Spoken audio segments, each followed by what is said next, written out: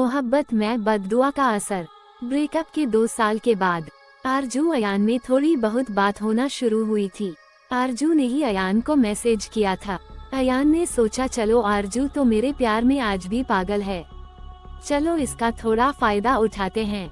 अयान आरजू से अपने ऑफिस का तो कभी किसी दोस्त के प्रोजेक्ट का काम कराने लगा था। आरजू से फायदा उठाने के लिए कहता है, आरजू मैं आज भी तुमसे प्यार करता हूँ, बस मैं मजबूर हूँ, मेरे घर वाले नहीं माने इसलिए हमारा ब्रेकअप हो गया। अयान झूठ बोलते हुए बोला। अयान की जॉब चली गई थी। अयान आरजू से जॉब के लिए मदद मांगता है क्योंकि लॉकडाउन में भी आरजू ने अयान की जॉब लगाई थी। अयान आरजू से कहता, बहुत जल्दी मेरी बहुत अच्छी जॉब लगने वाली है, उसके बाद मैं 2 लाख महीना कमाऊंगा, अभी पैसे नहीं है मेरे पास, तुम बस अभी लगा दो मेरी जॉब। आरजू अयान के लिए बहुत जॉब देखती रहती है। अपने काम के लालच अयान आरजू से जो बातें किया करता था, आरजू उससे बहुत खुश हो जाती थी। आरजू की रिश्ते की बात चलती थी। आरजू सोचती मेरा कहीं फिक्स ना हो अयान की, जब अयान की जॉब लग जाएगी वो उससे शादी करेगा। मन ही मन अल्लाह से दुआ करने लगी कि किसी से भी तरह अयान से उसकी शादी हो जाए।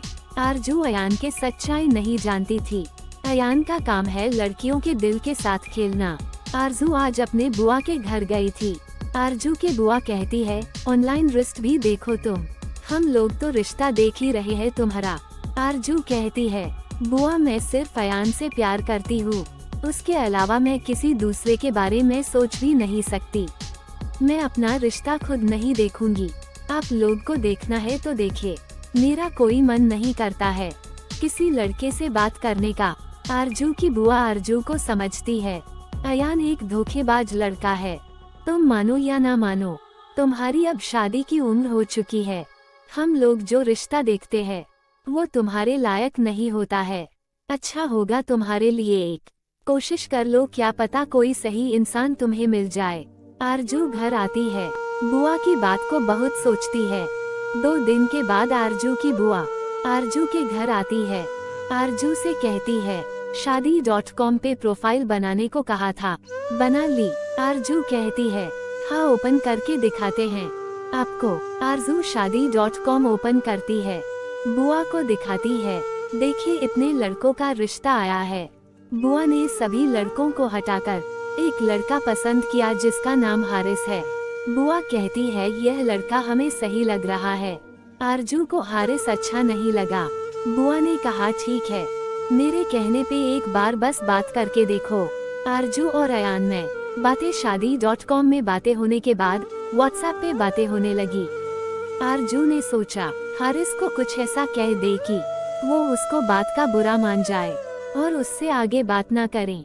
आरजू हारिस को कहती है, आपकी एज ज्यादा लग रही है।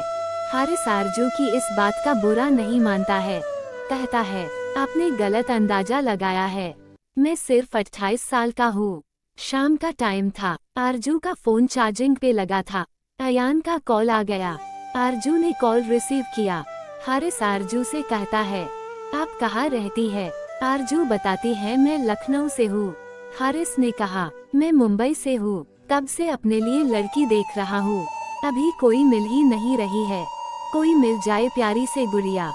हारिस कहता, मैं मुंबई पे रेंट पे रहता हूँ, अभी कोरोना में मेरा बहुत बड़ा लॉस हुआ जिससे घर बेचना पड़ा। हारिस ने सच बोला। यह बात आरजू को बहुत अच्छी लगी क्योंकि अयान एक झूठा लड़का है, हमेशा झूठ बोलता रहता है। हारिस की आवाज इतनी प्यारी है कि वो पहली बार में ही आरजू के दिल को छू गई थी। अयान आरजू से बात करना चाहा, आरजू ने बहाना बनाकर फोन काट दिया। रात को 10 बजे अयान आरजू को कॉल करता है, कहता, और बताए क्या कर रही थी आप? आरजू कहती है, कुछ नहीं, ऐसे ही बैठे थे। अयान बताता है, मेरे तो कजन लोग की शादी हो गई है, अब मेरा नंबर है, जल्दी से मेरी भी हो जाए। थोड़ी देर के बाद अयान कहता है, आरजू मैं हॉस्पिटल से अभी आया हूँ ट्रीटमेंट करके, अभी हैंड वॉश भी नहीं किया, मेरी अम्मी अपने मायके गए हैं, आपसे बात करते करते पता ही नहीं चला, अब रेस्टोरेंट भी सब क्लोज हो चुके हैं, मैं घर पे कुछ बनाकर खा लेता हूँ, उसके बाद कॉल करता हूँ। उसके बाद फिर वो आरजू को कॉल करता है। दोनों एक दूसरे के बारे में जानते हैं। आरजू हमेशा से एक अमीर लड़के से शादी करना चाहती थी। हारिस की बातें इतनी अच्छी लगी, वो इतना होश में नहीं थी कि उससे अच्छे से पूछे कि वो करता क्या है। आरजू ने को अपनी फोटो भेजा जो हारिस को बहुत अच्छी लगी। दूसरे दिन आरजू बाहर चली गई, जिससे दोनों में बातें नहीं हो पाई। आरजू ने रो रो कर अयान को मैसेज किया। हारिस उसे बहुत पसंद करता है। आरजू बहुत रोई, अयान उसे रोक ले। अयान ने उसकी एक न सुनी। आरजू ने भी सोच लिया कि मजबूरी में मुझे हारिस से बात करना ही होगा। आज तक मुझे कोई लड़का पसंद भी नहीं आया। हारिस मुझे अच्छा तो लगा, थोड़ा बात करके देखते हैं, क्या पता दोनों में बन जाए। हारिस आरजू को फोन करता रहता था। आरजू हारिस के कॉल को इग्नोर करती रहती थी। आरजू अपनी दोस्त साइमा के साथ पार्क घूमने गई थी। पार्क के बाहर चाउमीन ले रही थी, तभी हारिस का कॉल आता है। आरजू पर्स से फोन निकालती है, यह सोचकर कि घर से फोन आया है क्या। हारिस ने बहुत बार कॉल किया था, इसलिए वो कॉल उठा ली थी। आरजू इतना बिजी रहती हैं आप। आरजू बहाना बनाते हुए है, नहीं जी वो, और बताए क्या कर रही है आप। आरजू कहती है मैं पार्क घूमने आई थी, अभी चाउमीन ले रहे, पार्क में बैठकर खाएंगे। हारिस मेरी बात तो सुनिए, आरजू कहती है। पार्क में पहुंचकर आपको कॉल करती हूँ। आरजू पार्क में पहुंचकर कॉल करती है। दोनों में बहुत बातें होती है। हारिस कहता है वीडियो कॉल करे ना। हारिस आरजू को पार्क में ही वीडियो कॉल करता है। आरजू हारिस को पार्क का व्यू दिखाती है। हारिस आरजू को इतना अच्छा नहीं लगा जितना वो फोटो में लगा था। आरजू अफसोस में साइमा से कहती है, क्या करे यार, यह बात करने में तो अच्छा है पर दिखने में नहीं। हारिस दिखने में भी अच्छा लगता है, पर वो अपने ऑफिस में शाम को कॉल किया था, ज्यादा थकान के वजह से वो अच्छा नहीं लगता था। साइमा कहती है सूरत से ज्यादा सीरत देखो तुम। अयान बहुत हैंडसम है ना, कितना बुरा इंसान निकला ना। कुछ दिन बस हारिस से बात करके देखो, अच्छा लगता है तो ठीक है, नहीं तो हटाओ। साइमा और आरजू एक रेस्टोरेंट चले जाते हैं। हारिस का कॉल आता है, आरजू रात हो रही है, आप घर पहुंच गई ना। आरजू कहती है बस जा रहे हैं 20 मिनट में। आरजू रेस्टोरेंट से निकल ही रही थी कि हारिस का कॉल आ गया। पहुंच गई घर। आरजू बस जा रहे हैं, तुरंत अभी आप घर को निकले, बहुत लेट हो गए हैं। हारिस आरजू की केयर करना अच्छी लगी। आरजू सोचने लगी घर वालों के अलावा आज तक किसी का कॉल नहीं आया कि घर आ जाओ, कहाँ हाँ अभी तक। आरजू घर आती है। घर पहुंचकर हारिस का कॉल आता है। दोनों में बहुत बातें होती है। अब आरजू को हारिस थोड़ा थोड़ा अच्छा लगने लगा था। आरजू और हारिस में डेली बातें होने लगी थी। कुछ दिन की बातों में ही आरजू को इतना समझ आ गया था कि अयान उसके फीलिंग के साथ खेल रहा था, उसके साथ टाइम पास कर रहा था। हारिस कहता था कि मैं तुमसे बिना दहेज के शादी करूँगा। आरजू कहती है मैंने सोचा है अपनी शादी में तो पापा से बहुत सामान लेंगे, सब अपनी पसंद का। हारिस कहता है आपको जो भी चाहिए होगा आप मुझसे लेगी, पापा से नहीं। मैं भले आधी रोटी खिलाऊंगा पर कभी किसी से मांगने नहीं देंगे आपको। मैं आपका सभी शौक पूरा करूंगा, आपको मुझसे कभी कुछ कहने की जरूरत नहीं पड़ेगी। एक दिन आरजू हारिस को कॉल करती है, क्या कर रहे हैं? आरजू खाना खा रहे हैं, आप बताएं। आरजू आप खाना खा लीजिए तब बातें करते हैं। हारिस कोई बात नहीं आप बोले। आरजू अयान की बातें याद करती है। हारिस कुछ दिनों में मुझे इतना चाहने लगा, अयान मेरे दिल के साथ खेल रहा था। हारिस और आरजू को बात करते हुए 20 दिन हो गए। हारिस अपने पापा से बात करता, मैं आरजू से शादी करना चाहता हूँ। हारिस के पापा गुस्सा हो गए, बोले तुम्हारी शादी मेरे मर्जी से होगी। अपने खानदान में हारिस अपने पापा को समझता है।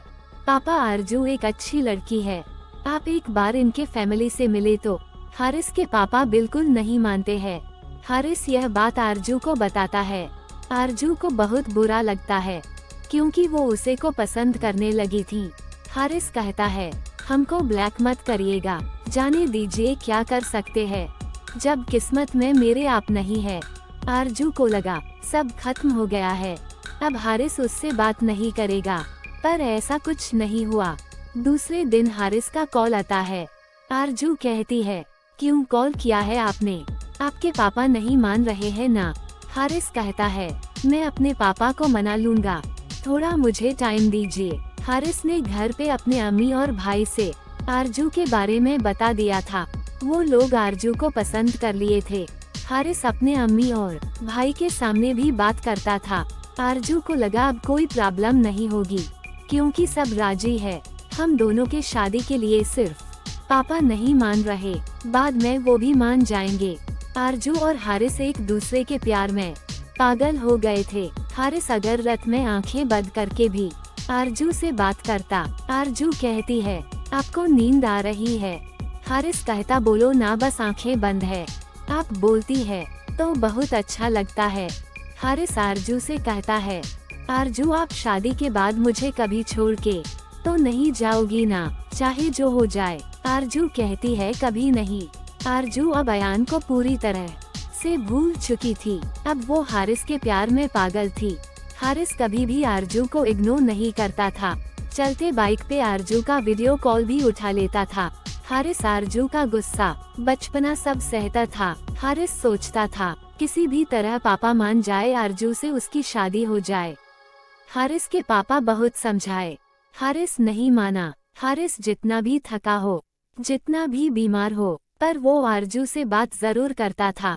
ऐसा कभी नहीं होता था कि किसी भी दिन आरजू और हारिस में बात न हो। आरजू और हारिस को बात करते हुए 3 महीना हो गए। आरजू हारिस से कहती है कि अब हम दोनों में बातें नहीं होगी, क्योंकि आपके पापा नहीं मान रहे हैं। हारिस कहता, ऐसा न करे, आप जो चल रहा है चलने दे, आप परेशान ना हो, हम आपसे ही शादी करेंगे, पापा को अलग करके अपने से शादी करेंगे। हारिस और आरजू में प्यार बढ़ता ही जा रहा था। हारिस आरजू को शादी का बहुत सपना दिखाता था। शादी बाद यह करेंगे वो करेंगे। दोनों कभी कभी बातें करते करते खो जाते थे। दोनों में वीडियो कॉल भी बहुत होती थी, पर कभी कोई गंदी बातें नहीं। हारिस आरजू की इज्जत का बहुत ख्याल रखता था। हारिस थोड़ा सा भी बीमार हो जाए, आरजू बिल्कुल परेशान हो जाती थी। हारिस की बहुत केयर करती थी। आरजू ने सोचा अब तो ऐसा हो नहीं सकता है कि हारिस से मेरी शादी न हो। आरजू को हारिस पे पूरा भरोसा था। उसके बाद आता है इनके लव स्टोरी में एक मोड़। हारिस के पापा हारिस से बिना पूछे खानदान की लड़की से रिश्ता फिक्स कर देते हैं। हारिस कहता है, पापा मैं वहाँ नहीं करूँगा। पापा समझाते हैं, देखो वो लोग अमीर है, बहुत पैसे देंगे, तुम्हें बिजनेस भी करा देंगे, शादी अपने खानदान में ही करना चाहिए। हारिस के पापा हारिस से नाराज होकर घर नहीं आते थे। अब हारिस की अम्मी और भाई भी आरजू के खिलाफ हो गए। जब पापा नहीं मान रहे मत करो, हारिस जहाँ पापा कह रहे वही शादी करो। हारिस ने सोचा जब लड़की अमीर घर की है, बाद में इनके फैमिली से मुझे सपोर्ट भी मिलेगा। तो दोस्तों ये थी हमारी आज की कहानी। उम्मीद करते हैं आपको पसंद आई होगी। आपका क्या कहना है इस कहानी के बारे में? कमेंट करके हमें ज़रूर बताएं। वीडियो को लाइक करके चैनल को सब्सक्राइब कर लीजिए।